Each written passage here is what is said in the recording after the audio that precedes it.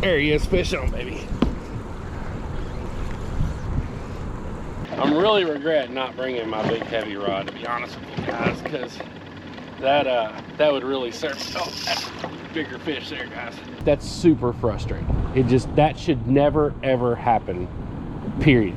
What's going on, guys, and welcome back to the channel. In today's video, we are back in Namako for a little bit of fishing out here on Pensacola Bay. Now, as many of you know, we are in that time of the year when the bull reds are schooling up. They're chasing these menhaden that we used to be able to catch in the bayou. They've moved out to the bay, and they're in these great big bait balls, and these redfish are schooling underneath of them. Now, the trick is to find them. You get a little bit of help with the birds, but the last couple times I've been out, we really haven't been able to get on them. I was out with Brant twice and just never really saw them, and I think they're coming out later in the day. So what we're gonna do, we're gonna go hit the bridge first this morning.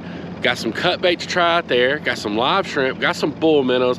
I came stacked to catch a big fish today, y'all. Now, I'm gonna use the shrimp to catch a little bit of bait fish. I'm gonna use the cut bait to catch some big bull reds, hopefully at the bridge.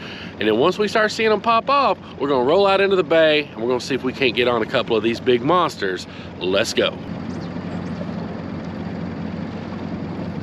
All right, y'all, so we made it out to the bridge for our first stop. Got 2 rods out. And I'm gonna be honest with y'all, I made a boo-boo this morning.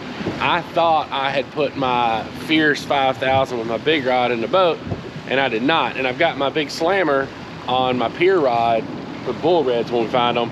So I'm using some light tackle for 3 Mile Bridge. So if we're actually able to land a fish at 3 Mile right now, it's gonna be crazy, because I'm telling you right now, the odds are not in our favor to be able to catch fish here with the tackle I'm using.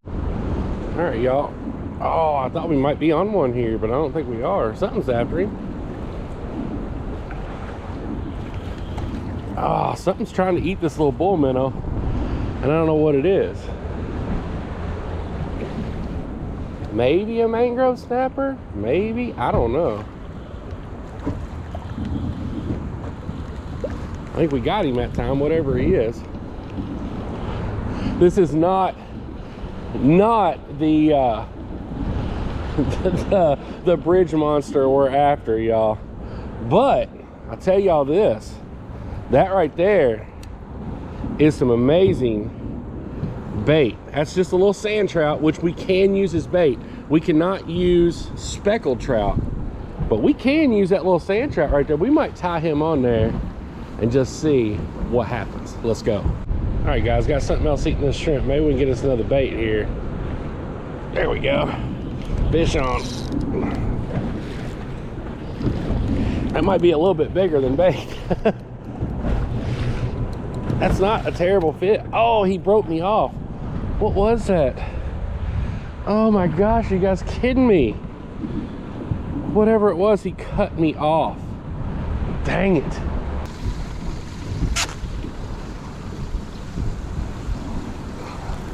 There he is, fish on, baby. Definitely got one on. I gotta be super easy with this one, guys, because I don't know what it is or how big it is. It's probably gonna be a kitty cat is what it feels like. Definitely feels like a catfish.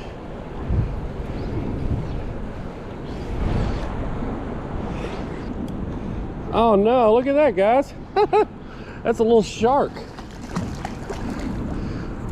All right, so fun fact, I've never caught a shark without Brant in the boat with me. So we got to figure out how to get this. Ooh, he jumped. I don't know if y'all can see that. This guy's going crazy. I think I'm just gonna flip him because he's little. He's just a little guy. There we go. Huh. I've never caught a shark in the boat without Brant. So now I'm gonna have to figure out how to get this dude off down here. There he is. Let's see if we can't grab him and put him to sleep like Brant does. Here we go. We got him. All right, guys, so that's probably what's been taking our bait all morning. I got him right there, hold of him. Y'all check him out. A little black tip shark, pretty sure. I think it's a black tip. I can never tell whether they're the Atlantic sharp nose or the black tip, but it is a nice little shark.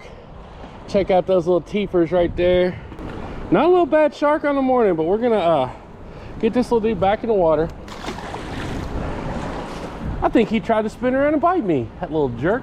Y'all, this is hands down my biggest qualm with GoPro is when they freeze up.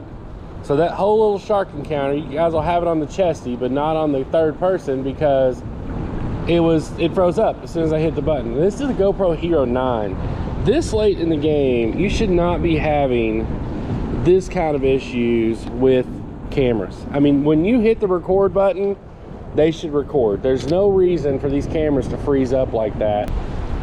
So now we've got this camera recording again. When we're out here doing what we're doing, the last thing we should have to worry about is the camera not turning on when we hit the record button. You know, plenty of battery, plenty of card, you hit the record button, it gives you the 3 beeps, and then it doesn't go. It's just, that's super frustrating. That should never ever happen, period. The crazy thing about this morning is I caught the shark, caught the little white trout, and I hooked up on that one fish that I only had on my chesty, and it cut me off, and I was like, I wonder what that was. Well, after I caught that shark, it occurred to me that that's exactly what I had, was a little shark, but it ate a shrimp.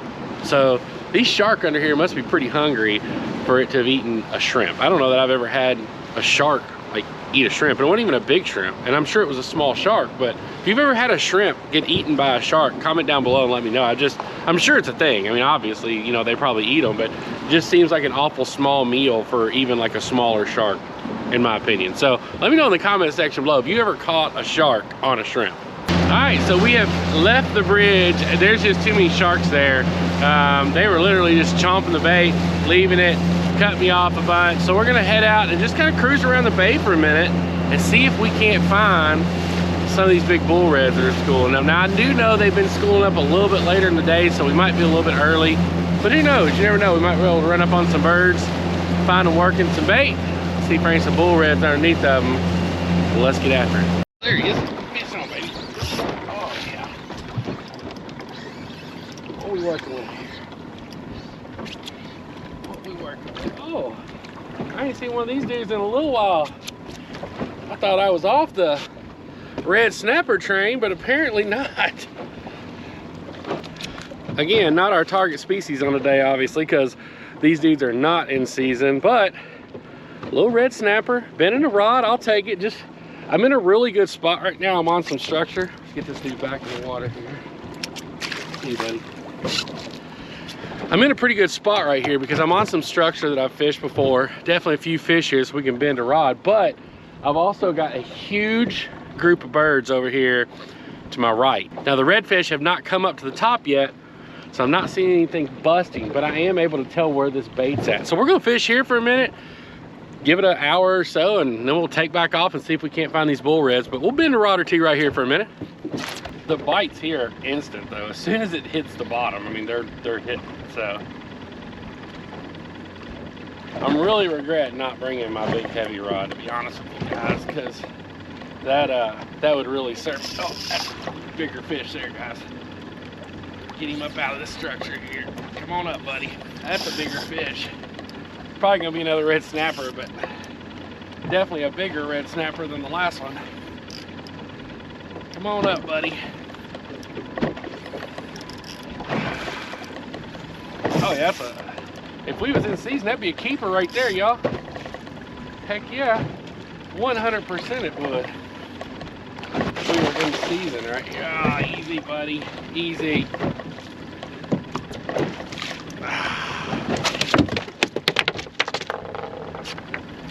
Why you gotta be so mean, FWC? I mean, why you gotta be? That's a nice red snapper right there, guys. I'm gonna put a measurement on him just to see.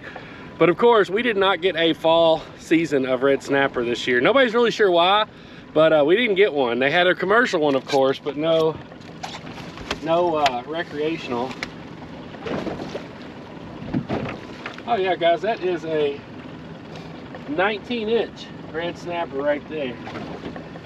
But we can't keep him, so we gotta get this dude back in the water. CD, and he's gone. There actually was a lot of talk about this year here in our area, because we normally get 3 or 4 weekends in the fall for recreational red snapper fishing.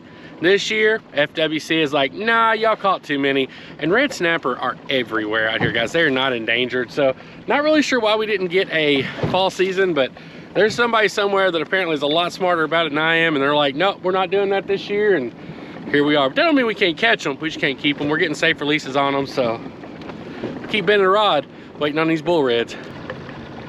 As I was catching it, I'm already getting another bite. I mean, it's instantaneous. There we go, fish on. As I'm catching this is why I was saying I was paining me that I did not have my other big heavy setup with me, because honestly, had I had that other big rod, we probably could have pulled a decent sized fish out of here. This little spot I'm in is super small, but it is known for holding some big old fish. And of course, you do have to weed through the red snapper when it's not red snapper season. That's another one right there. Third red snappy on a day, man. If we could be keeping these, we'd be having a meal, y'all. A meal. But maybe we can pull something out of here in a minute we can eat. There we go. That's another good one. I'm gonna tell y'all right now, I am super impressed with this ugly stick paired with this Clash, man. This thing is doing some work today. These are not small red snapper, and if you've ever caught red snapper, you know how hard these dudes fight, because they will put it on you quick, fast, and in a hurry. So I'm pretty impressed with the old ugly stick Clash combo here. Let's get this dude unbuttoned. Note to self, don't ever do what I just did right there. That's like the worst case scenario, is grabbing your braid line and wrapping it around your hand. I'm the worst at that. The worst at it, for real. And I'll tell you why as soon as we get this fish put back in the water. All right, another red snapper. Not as big as the one. That one was a hoss. He was almost 20 inches. But this one's a little bit smaller, but we get him back.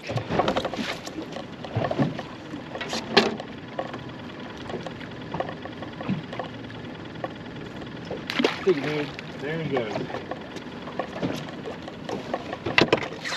Now, back to the braid conversation.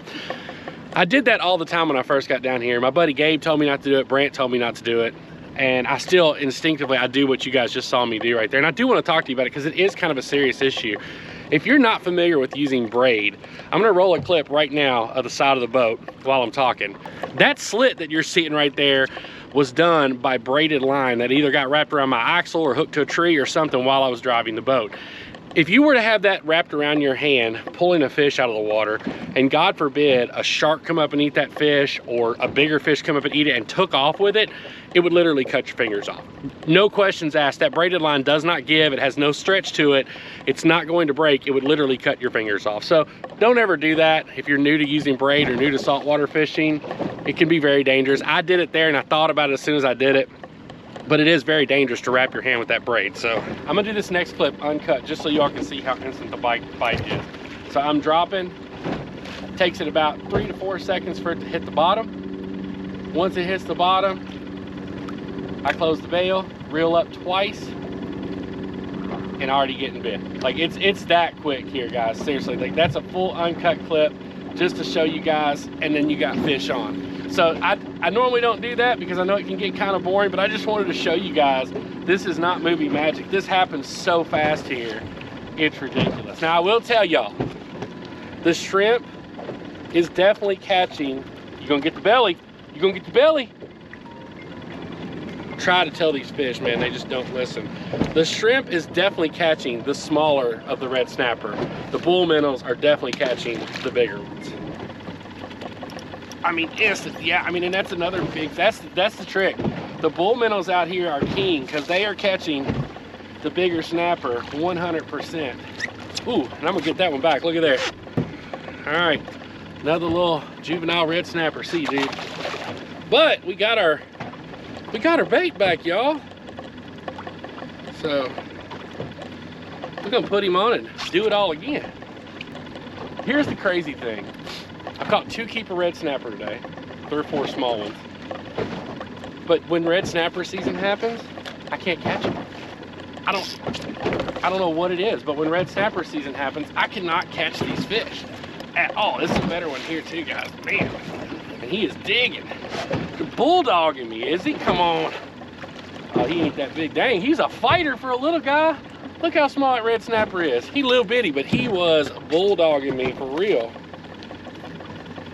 He did not want to come out and say hi. I'm just introducing you to everybody, buddy. I'm gonna put you right back. See you, buddy.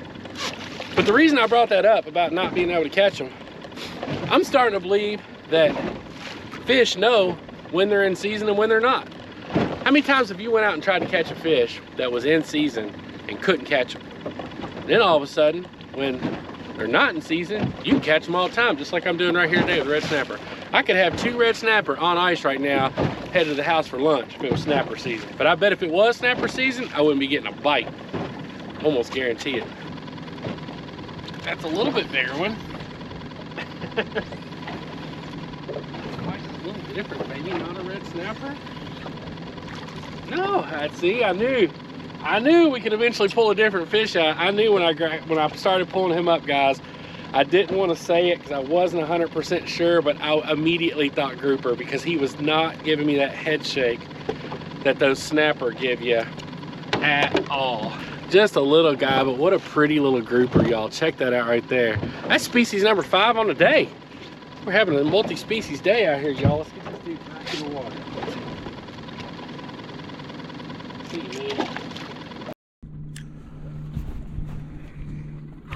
man. There's our dolphin friends coming out to play.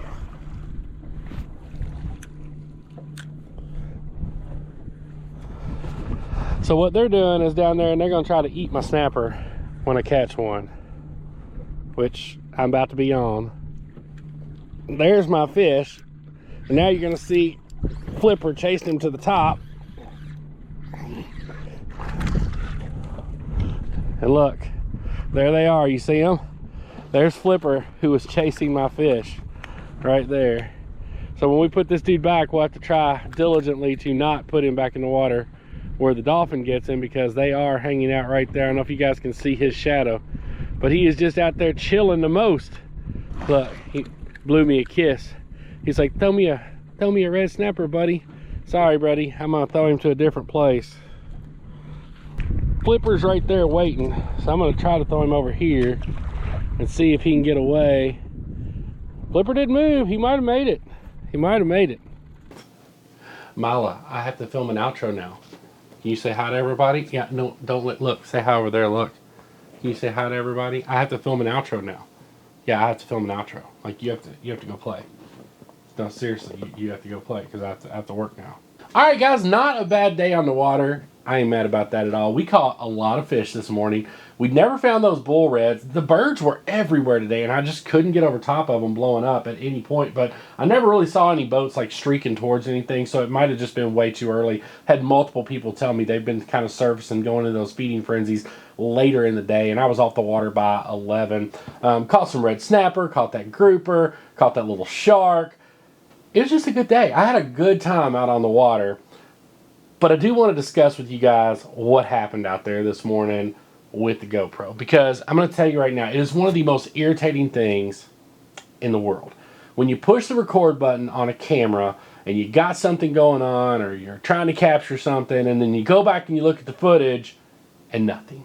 Unable to view. As you saw right there, I put that clip in there and showed you guys from my chesty what the camera said. I knew right away something was wrong, because when I picked the camera up to turn it off, the numbers were frozen. And that happens just all too often with GoPro. We're 10 generations in to this camera.